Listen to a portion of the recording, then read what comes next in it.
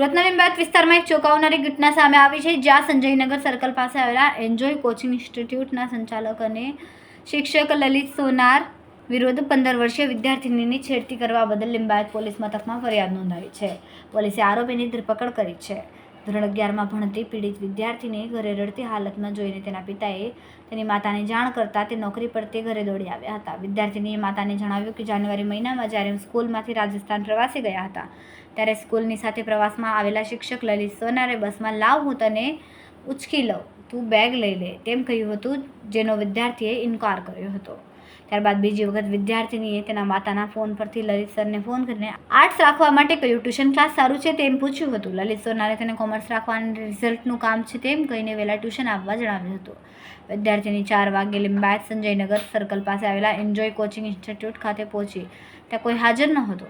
લલિત સોનારે તેને ઓફિસમાં બેસાડીને તેનો હાથ પકડીને સોફા પર બેસાડી હતી, ગળે લગાવી હતી. ત્યારબાદ તેની સાથે શારીરિક અડપલા કર્યા હતા. વિદ્યાર્થીનીએ ધક્કો મારીને ત્યાંથી જવાનો પ્રયાસ કરતા લલિત સોનારે તેને આ વાત કોઈને ન કહેવા ધમકી આપી હતી. વિદ્યાર્થીનીની વાત સાંભળીને તેની માતાએ તાત્કાલિક લીંબાયત પોલીસ મથકે લલિત સોનાર વિરુદ્ધ છેડતીની ફરિયાદ નોંધાવી હતી. પોલીસે તાત્કાલિક કાર્યવાહી કરીને આરોપી શિક્ષક લલિત સોનારની ધરપકડ કરી છે. પોલીસે આ મામલે વધુ તપાસ હાથ ધરી છે. સુરત શહેરના લીંબાયત પોલીસ સ્ટેશન વિસ્તારમાં એક બનાવ બન્યો હતો. આ બનાવ અનુસંધાને જે બેન છે એમણે આવી અને પોલીસ સ્ટેશન ખાતે ફરિયાદ નોંધાવી હતી. ફરિયાદમાં બેને હકીકત એવી દર્શાવી છે કે એમની જે દીકરી છે જે 15 વર્ષ ને 5 મહિનાની છે, એ દીકરી જે જગ્યાએ કોચિંગ જતી હતી એ કોચિંગના જે ટીચર હતા એના દ્વારા દીકરીને છેડતી કરવામાં આવી હતી. આ બાબતને લઈ પોલીસે તપાસ શરૂ કરી હતી. પહેલાં FIR નોંધી અને ત્યારબાદ જે આગળની કાર્યવાહી કરવાની આવે કરવામાં આવી હતી. જે ઘટના છે એમાં દીકરીએ એવું જણાવ્યું કે ગઈ 15 તારીખે આ દીકરી સાથે આ જે વ્યક્તિ છે આરોપી, એણે થોડીક એમના સાથે છેડખાની કરી હતી. છેડખાની કર્યા પહેલાં પણ અગાઉ પણ આવો જ પ્રકારનો બનાવ બન્યો હતો.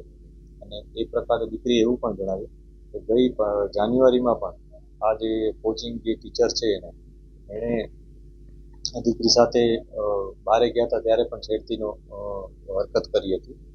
હકીકત પોલીસને જે જાણવા મળી છે એમાં એવું પણ જાણવા મળ્યું છે કે જે દીકરી છે એને પહેલાં પોતે 10મા ધોરણ પછી આર્ટ્સ રાખવા માટે ટીચરને ફોન કર્યો હતો અને ટીચરે એને જણાવ્યું કે તું કોમર્સ રાખ, હું તને કોમર્સનું કોચિંગ પણ આપીશ. એ પ્રકારે એને આ દીકરીને પોતાની અલગ સ્ટ્રીમ પણ બદલાવવામાં એને આવી રીતના મિસગાઈડ કરી. ખૂબ જ સંવેદનશીલ બાબત છે આ, અને મારી દીકરી છે એની સાથે આ ઘટના બની છે. કેમ કે જે ટીચર પાસે ભણવા જતી હતી અને એને પહેલાં તો મિસગાઈડ કર્યું અને મિસગાઈડ કરીને એને પોતાને ત્યાં કોમર્સમાં એડમિશન લેવડાવીને પોતાને ત્યાં કોચિંગ માટે બોલાવે અને કોચિંગમાં આ પ્રકારની હરકત કરી છે.